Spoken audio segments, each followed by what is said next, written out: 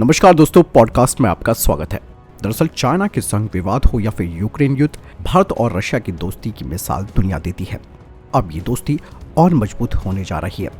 Iran Bharat और रूस के बीच लाइफलाइन बना रहा है। इसके तहत 3300 किलोमीटर लंबी रेलवे लाइन और 6000 किलोमीटर लंबे हाईवे पर बहुत तेजी से काम चल रहा है। रूस से ईरान के रास्ते भारत तक व्यापार मार्ग तैयार हो जाने के बाद ये तीनों ही देश अमेरिकी प्रतिबंधों से बचते हुए आपस में आसानी से व्यापार कर सकेंगे। इस रास्ते के बन जाने से भारत यूरोप को बाईपास करते हुए रूस से व्यापार कर सकता है।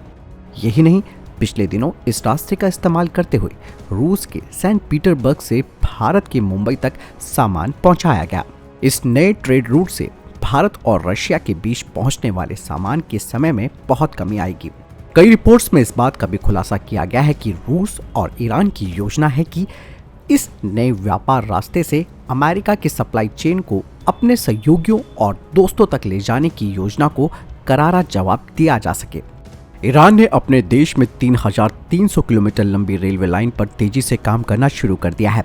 वहीं ईरान की तरफ से कहा गया है कि इस रेलवे लाइन का 560 किलोमीटर हिस्सा इस साल मार्च तक बनकर तैयार हो जाएगा। इन सभी परियोजनाओं के पूरा हो जाने के बाद देश का रेलवे नेटवर्क 20% बढ़ जाएगा।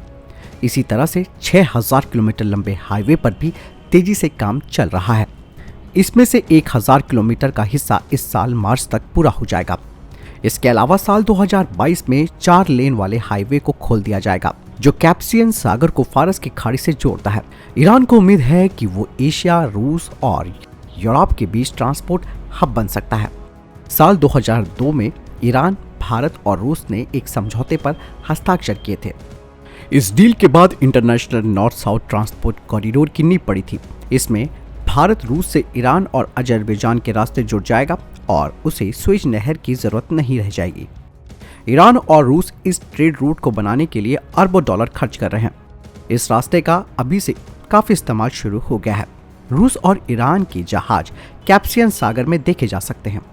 यूक्रेन युद्ध के बीच रूस और ईरान दोनों ही पश्चिमी देशों के बहुत ज्यादा दबाव में है। अब कहा जा रहा है कि इस पूरे रास्ते को बनाने में दोनों देश 25 अरब डॉलर का निवेश कर रहे हैं। इस रास्ते के बन जाने के बाद रूस का हिंद महासागर तक का सफर आसान हो जाएगा और वो खाड़ी और अफ्रीकी देशों के साथ भी तेजी से व्यापार कर सकता है।